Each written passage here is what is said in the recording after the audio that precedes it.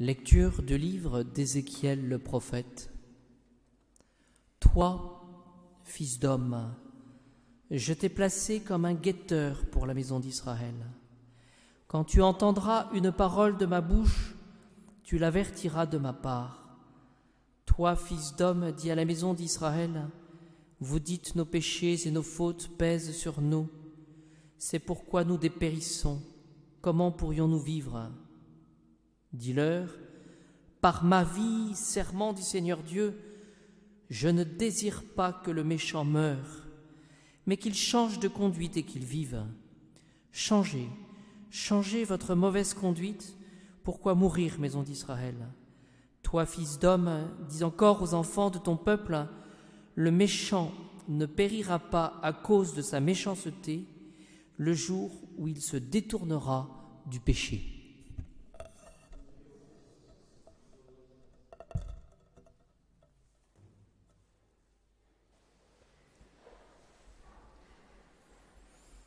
Alors que nous fêtons Saint Jean-Marie Vianney, modèle des prêtres, modèle des curés, nous voyons dans ce passage du livre d'Ézéchiel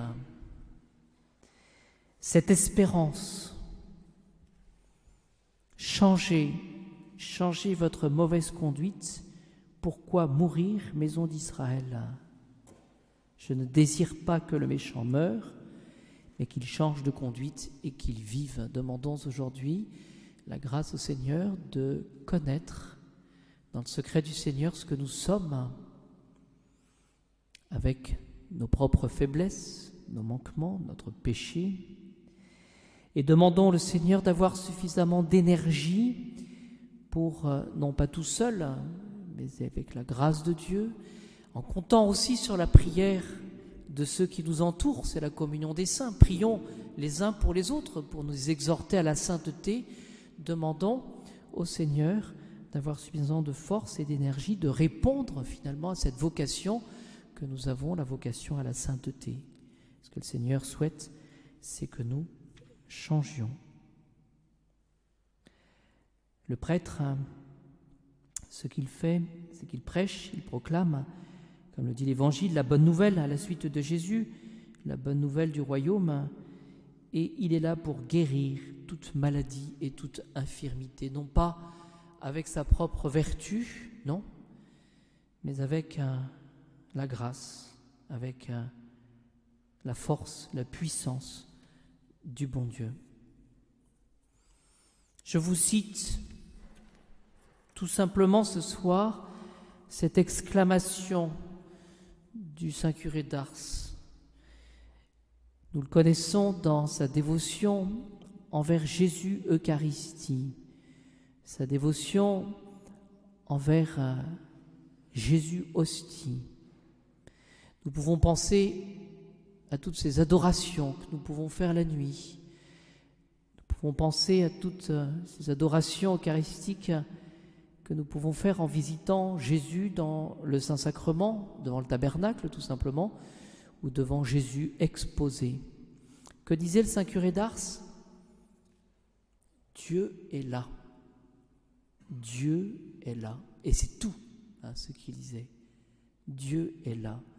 Dieu est là. Il avait mis Jésus, Eucharistie, au centre de toute sa vie, avec une grande dévotion et un grand respect.